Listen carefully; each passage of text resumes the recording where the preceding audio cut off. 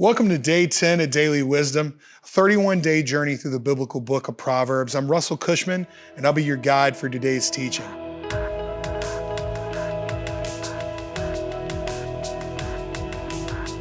During Daily Wisdom this month, we have a challenge for you. We want you to read this entire chapter today, just like we want you to read chapter 11 tomorrow.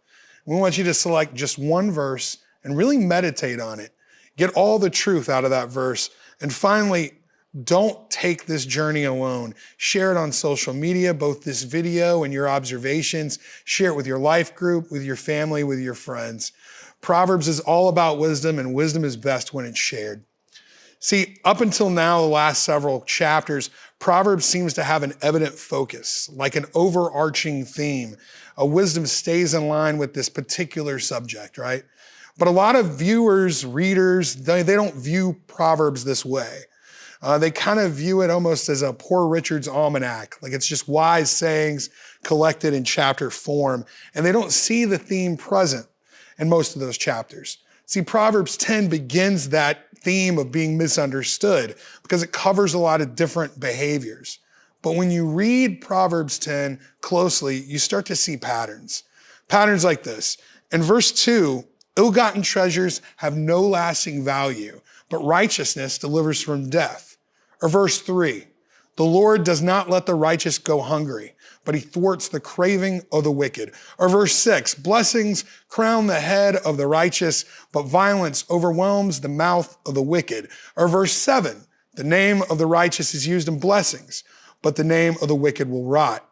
There's verse 10, the mouth of the righteous is the fountain of life, but the mouth of the wicked conceals violence.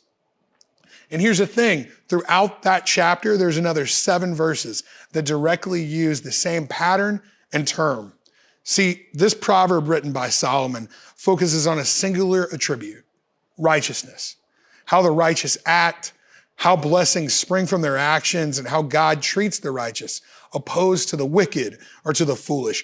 But what is Solomon referring to other than just this adjective? See, is it an adjective or a greater principle? What did righteousness mean to his people, to his audience? See, to find out where scripture can lead us, we have to find out where it comes from. We have to find out the context that the author's talking about. And Solomon isn't in a vacuum. He's writing in Hebrew, and he's all about the Jewish community. And the term here translates not just to the word righteousness, but to a broader principle. See, in Hebrew, the word root is Tzedek. And this word, this principle, it's mentioned about 157 times in the Hebrew Bible. And tzedek means more than just righteous, you see. It means multiple words. It means justice. It means truth. It means charity, equity, fairness. And specifically, it's about justice and all those things for people other than you. See, it's about a sacrificial justice where your preferences may be put to the side for someone else's justice. And it's viewed as one of the attributes of God to the Jewish people. One of the attributes those people think that you can share in by your actions, particularly sacrificial actions. See, this isn't an empty adjective like be a good person. This is a heavy theological principle that Solomon's referring to in this proverb. See, the Jewish people even have scripture in the Torah that connects justice and righteousness to their very lives and livelihoods.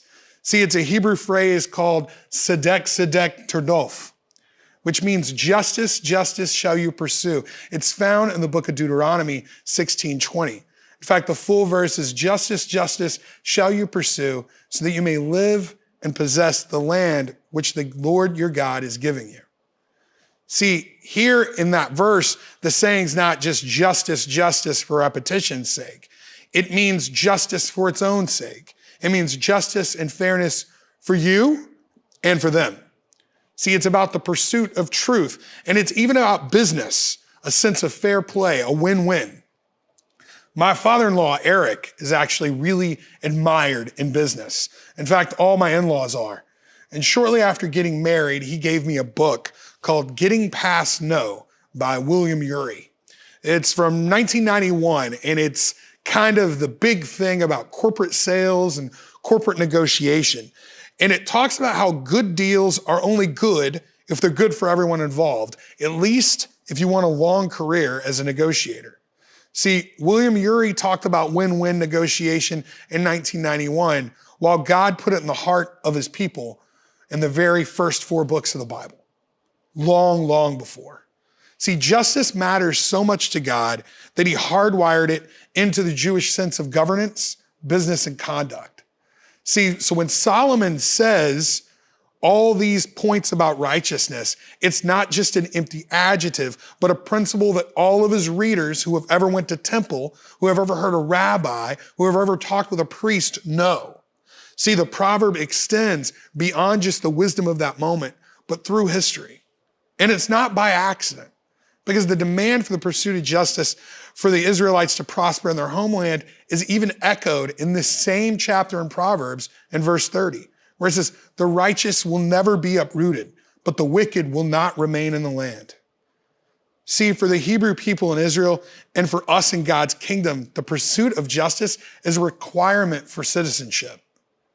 See, we can't look at Proverbs, especially this book of Proverbs, and not look at the context, not look at the fact that righteousness is something that we can be a part of. See, as Christ followers and image bearers of Christ, we have to pursue justice actively, not passively.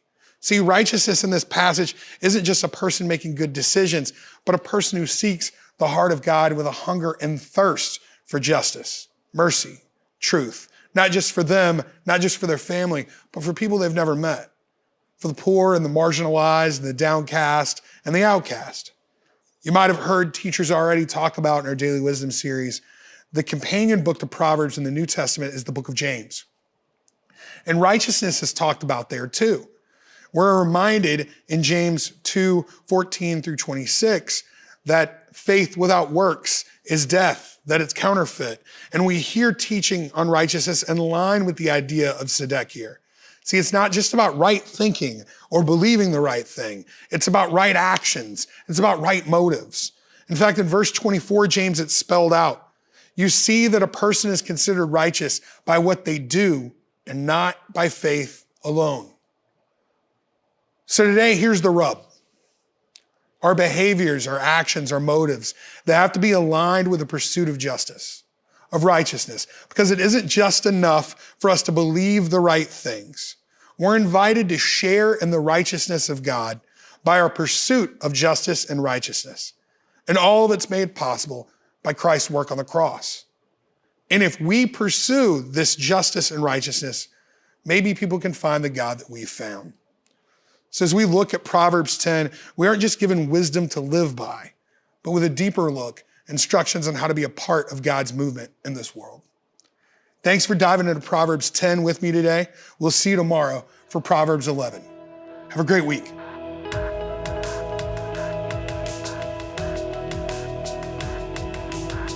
Thank you for joining us for Daily Wisdom. And don't forget to subscribe to Journey's YouTube channel and sign up for notifications for future messages. If what you heard today was helpful or encouraging, please share it with others. Join us again tomorrow for more Daily Wisdom.